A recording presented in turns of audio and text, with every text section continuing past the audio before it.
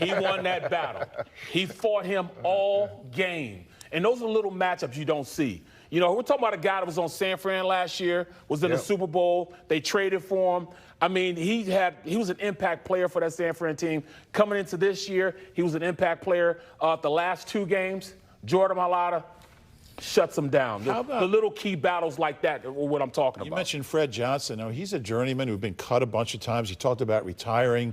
He's out there at right tackle, and I thought it looked like he played great. Tyler Steen gets benched for Mekhi Becton at right guard after starting training camp as the right guard. I thought he played really well. Yes, he did. Those 2 guys next to each other, they probably never taken a rep together. Right. No, they took reps together on the second team. On the scout team. They're out there in that stadium. It's one of the loudest stadiums I've ever been in. Crazy. Other than that St. Louis TWA Dome.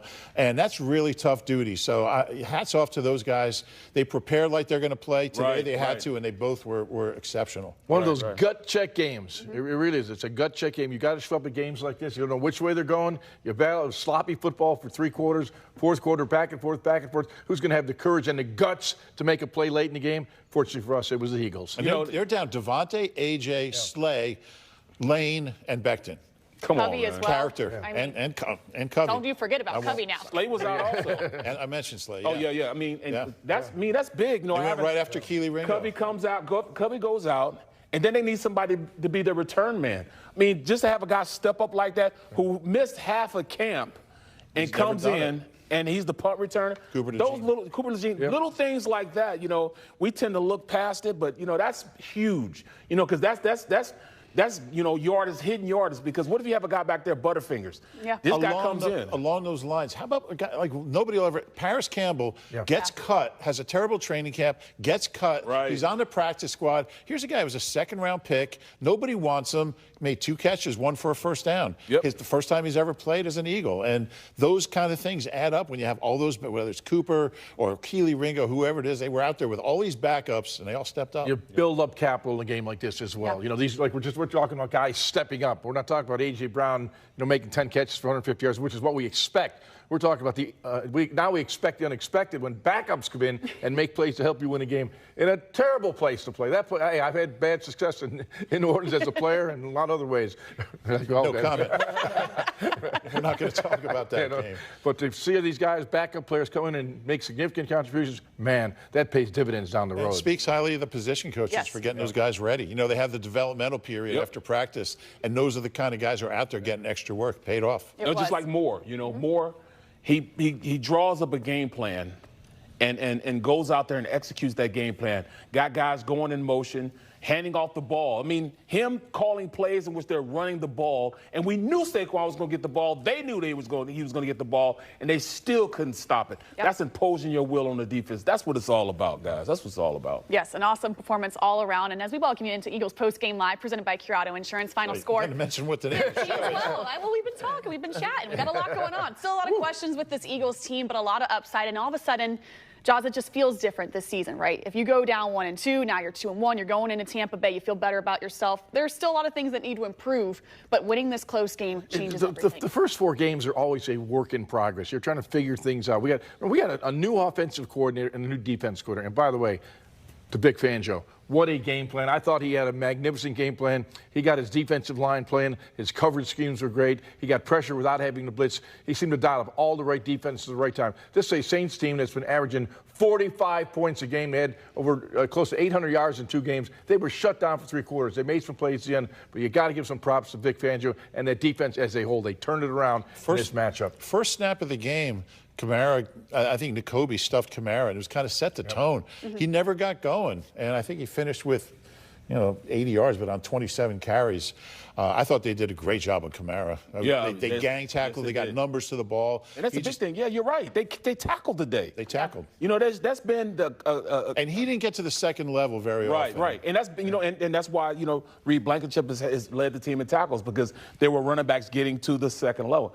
I am so glad my 3 co-hosts were wrong today. I did. There you go, bragging now. I picked the Eagles. It's about you. I'm so glad. I had to get it in now. It's about Barrett. I had to get it in now because it's not about Jalen. It's not about Saquon. Now it's about Barrett. But, you know, I mean. Are you happy now? Are you happy? Get it off your All chest. right, so look, back to this game. Please. This is the brand of football that we need. This is the brand of football that we have the guys to go out there and run. The offensive line we had, you don't want to go back there and be drop back passes. No scat protection. We have 5 offensive linemen and they bringing everybody to bring the house.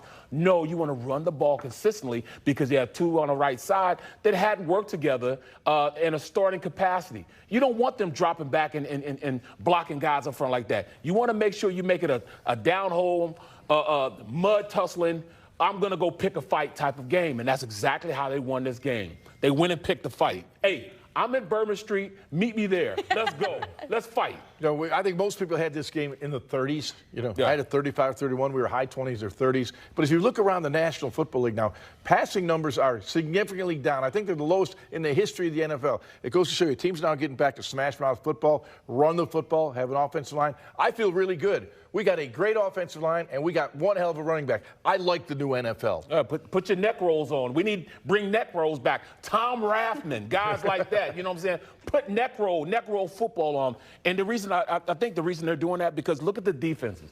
Look how small the linebackers are now. Yep. They can run around, they can make plays. But when you have big offensive linemen on them, it's hard for them to adjust to it. So why not run the rock like that? Carried away. Eagles had 42 pass plays.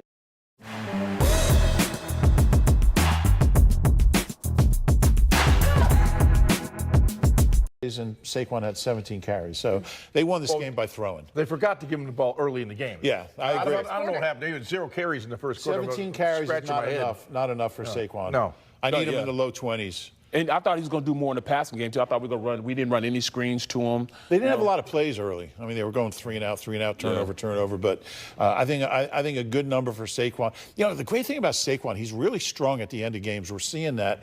He's just as much of a weapon at the end of the fourth quarter, end of the game, end of a long drive as he is early. And that's rare for a running back. You see guys put up these big numbers early, and then they just don't have the juice late in games. Yep. He's a machine. Yeah, he is. I mean, powerful. Quadzilla. Give him 25 touches a game. He can handle it. You don't run under your pads. You run behind them, and he's a perfect example of that. Yes, he is, and he is our MVP, driven by AAA, of course, Saquon Barkley, 147 yards, and that's coming off 2 great performances the week before. And with Saquon now, I think the biggest thing here, Rube, is that we go back to that game last week, that drop that we talked about for 6 straight days.